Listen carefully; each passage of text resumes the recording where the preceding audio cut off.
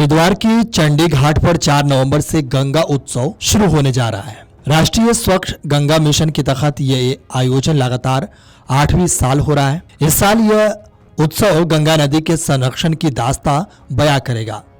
देश की सबसे प्रमुख नदी की सफाई को लेकर खूब कवायदे की गई है। इसके लिए केंद्र सरकार ने साल 2014 में नमामि गंगे कार्यक्रम शुरू किया था। इस कार्यक्रम का मुख्य उद्देश्य गंगा नदी का संरक्षण और प्रदूषण नियंत्रण करके उसको स्वच्छ बनाना था। आइए आपको बताते हैं कि नमामि गंगे परियोजना क्या है, गंगा नदी की सफाई का काम कहां तक पहुंचा है और कब तक पूरा होगा। सबसे पहले बात करते हैं कि नमामि गंगे योजना क्या है।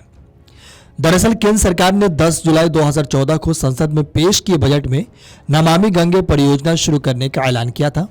इस परियोजना का मुख्य उद्देश्य गंगा नदी में प्रदूषण कम करने, नदी का संरक्षण और कायाकल्प करना था। इस कार्यक्रम के तहत गंगा नदी की सफाई और पुनरुद्धार के लिए कई काम किए गए। इनमें अपशिष्ट जल उपचार, ठोस अपशिष्ट प्रबंधन, नदी तट प्रबंधन, जैव विविधता संरक्षण शामिल है। अब बात करते हैं कि अब तक क्या क्या हुआ है। सरकार ने 2014 में परियोजना को शुरू करने के बाद तेजी से गंगा नदी की सफाई को लेकर काम शुरू कराया। उत्तराखंड से लेकर पश्चिम बंगाल तक हर राज्य में बड़ी संख्या में एसटीपी औद्योगिक इकाइयों पर प्रतिबंध और नदी के पानी को स्वच्छ करने के लिए काम कराए। योजना के तहत जून 2024 तक 39,080.70 करोड़ रुपए की कुल 467 परियोजनाएं शुरू की गई। इनमें से 292 परियोजनाएं पूरी हो गई हैं। इसके अलावा 52,282 किलोमीटर सीवरेज नेटवर्क बिछाने के लिए 32,071 करोड़ रुपए की लागत से 200 सीवरेज बुनियादी ढांचा परियोजनाएं शुरू की गई है। आपको बता दें कि परियोजना के तहत औद्योगिक प्रदूषण को कम करने के लिए 5 साझा प्रवाह शोधन संयंत्रों का निर्माण किया गया है। इसमें जजमाऊ, बंधेर, उन्नाव, मथुरा और गोरखपुर में संयंत्र बनाने का काम शुरू किया गया। इनमें से मथुरा और जजमाऊ में काम पूरा हो चुका है। इन संयंत्रों के तहत गंगा नदी के तट पर प्रदूषण फैलाने वाले उद्योगों की जांच की जा रही है। आपको बता दें कि नमामि गंगे परियोजना के तहत जैव विविधता संरक्षण के लिए भी काम किए गए हैं।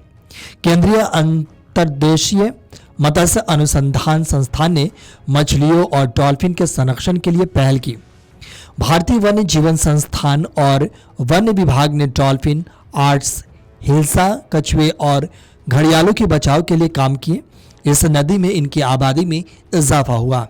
आपको बता दें कि गंगा नदी के आसपास वनीकरण को बरकरार रखने के लिए भी नमामि गंगे परियोजना के तहत पहल की गई।